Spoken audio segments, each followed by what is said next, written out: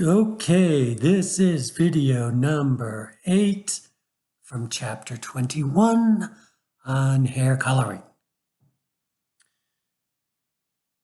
And the section is called Formulate Hair Color. Hair color formulation is another important aspect of creating a successful hair color. There are 5 basic questions that must always be asked when formulating hair color. Refer to the additional formulation checklist, figure 2125.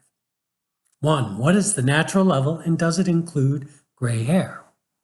2. What is the level and tone of the previously colored hair? 3. What is the client's desired level and tone? And 4. Are contributing pigments or undertones to be revealed? And 5. What colors should be mixed to get the desired result?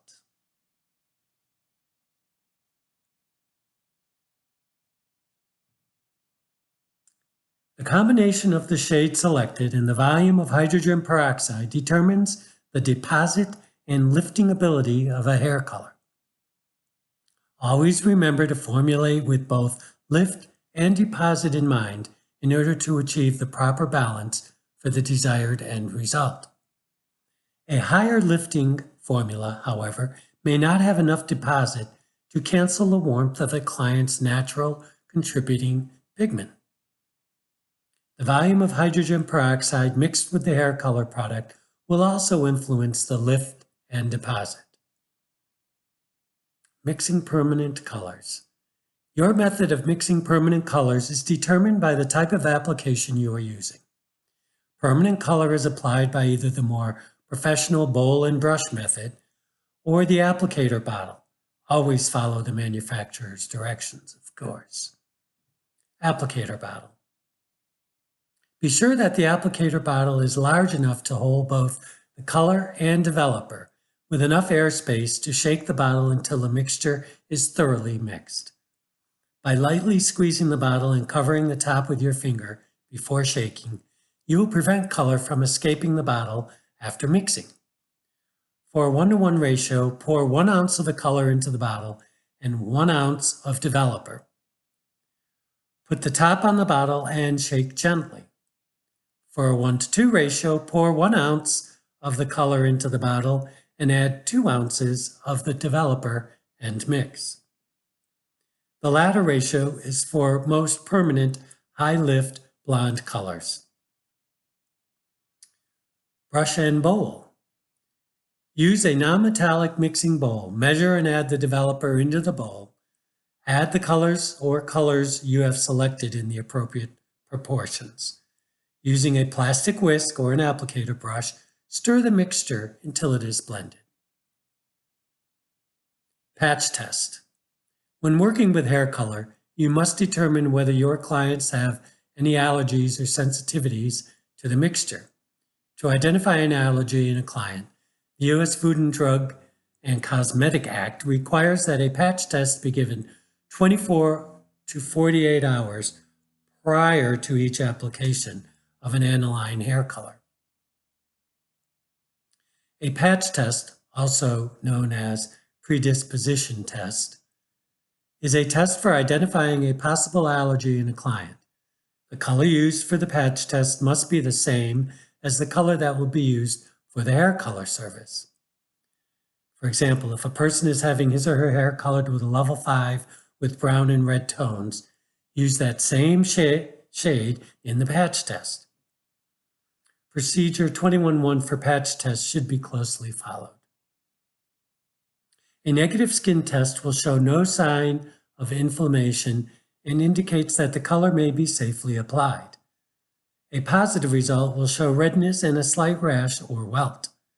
A client with these symptoms is allergic, and under no circumstances should she receive a hair color service with the hair color tested.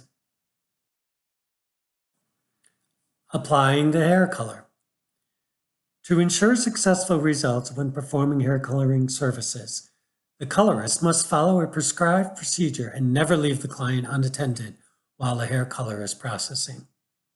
The best color results come from being involved from beginning to end. A clearly defined system makes for the greatest efficiency and the safest and most satisfactory results. Without such a plan, the work will take longer, results will be uneven, and mistakes may be made. Preliminary strand test. Once you have created a color formula for your client, try it out first on a small strand of hair. This preliminary strand test determines how the hair will react to the color formula and how long the formula should be left on the hair. The strand test is performed after the client is prepared for the coloring service. Temporary colors. There are many methods of applying a temporary color, depending on the product used. Your instructor will help you interpret each manufacturer's directions. One method of applying temporary hair color is outlined in Procedure 21-3. You may apply color gels, mousses, foams, or sprays at your workstation after your client has been shampooed. Always use and apply these color products according to the manufacturer's directions. Semi-permanent hair colors. Because semi-permanent colors do not contain the oxidizers necessary to lift, they only deposit color and do not lighten color. When selecting a semi-permanent color, remember that color applied on top of existing color always creates a deeper color and alters the tone. The porosity of the hair will determine how well these products saturate the hair. Because they are deposit only, traditional semi-permanent colors can build up on the hair ends with repeated applications.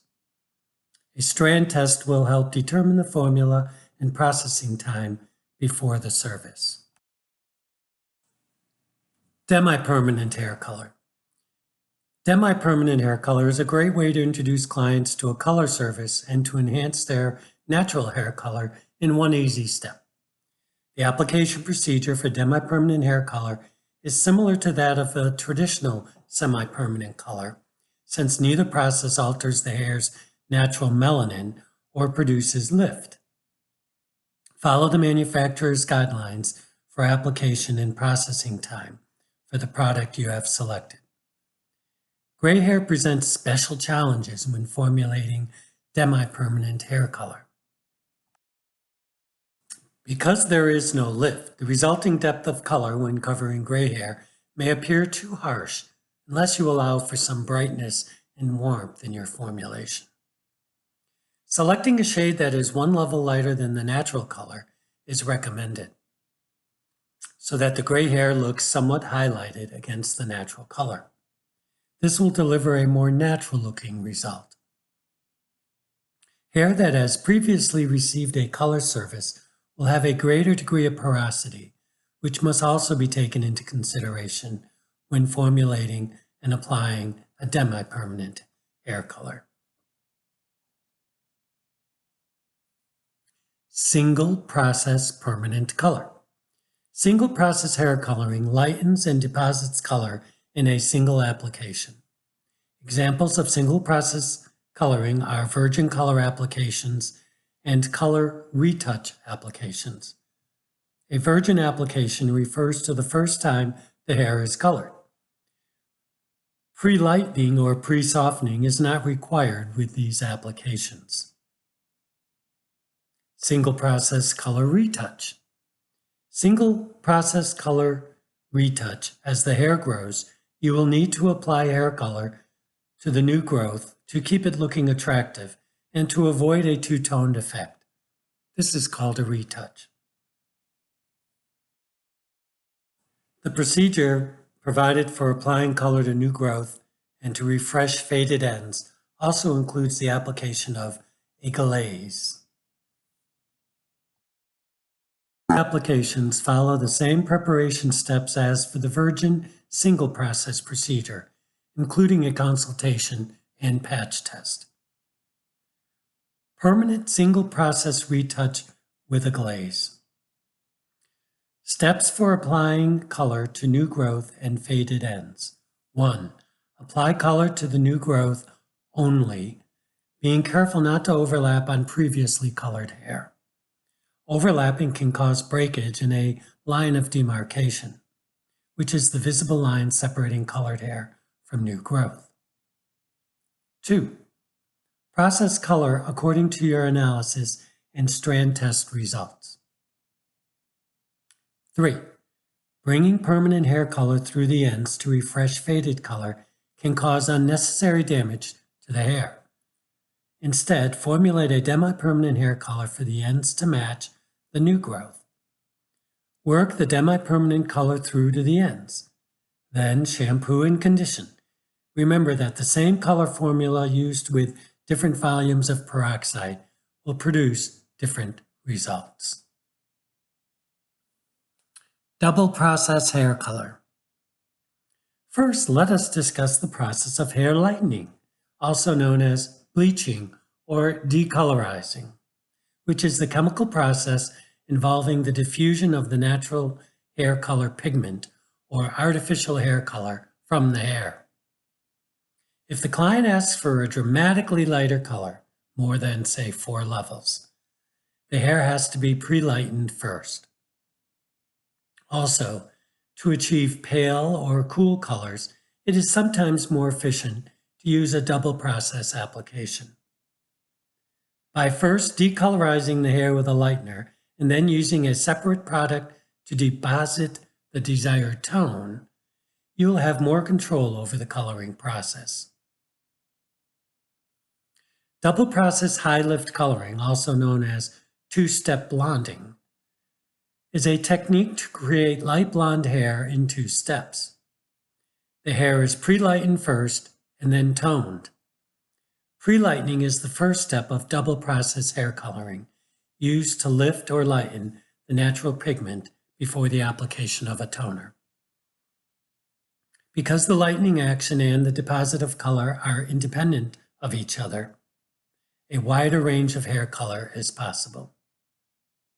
You may find that the contributing pigment of the hair can help you in a double process color application. By pre-lightening the hair to the desired color, you can create a perfect foundation for longer lasting red colors that avoid muddiness and stay true to tone. The pre-lightener is applied in the same manner as a regular hair lightening treatment. Once the pre-lightening has reached the desired shade, the hair is lightly shampooed, acidified, and towel dried. After a strand test has been taken, the color is then applied in the usual manner. Using an applicator brush, stir the lightener until it is thoroughly mixed. A creamy consistency provides the best control during application. This is the end of the 8th video on hair coloring.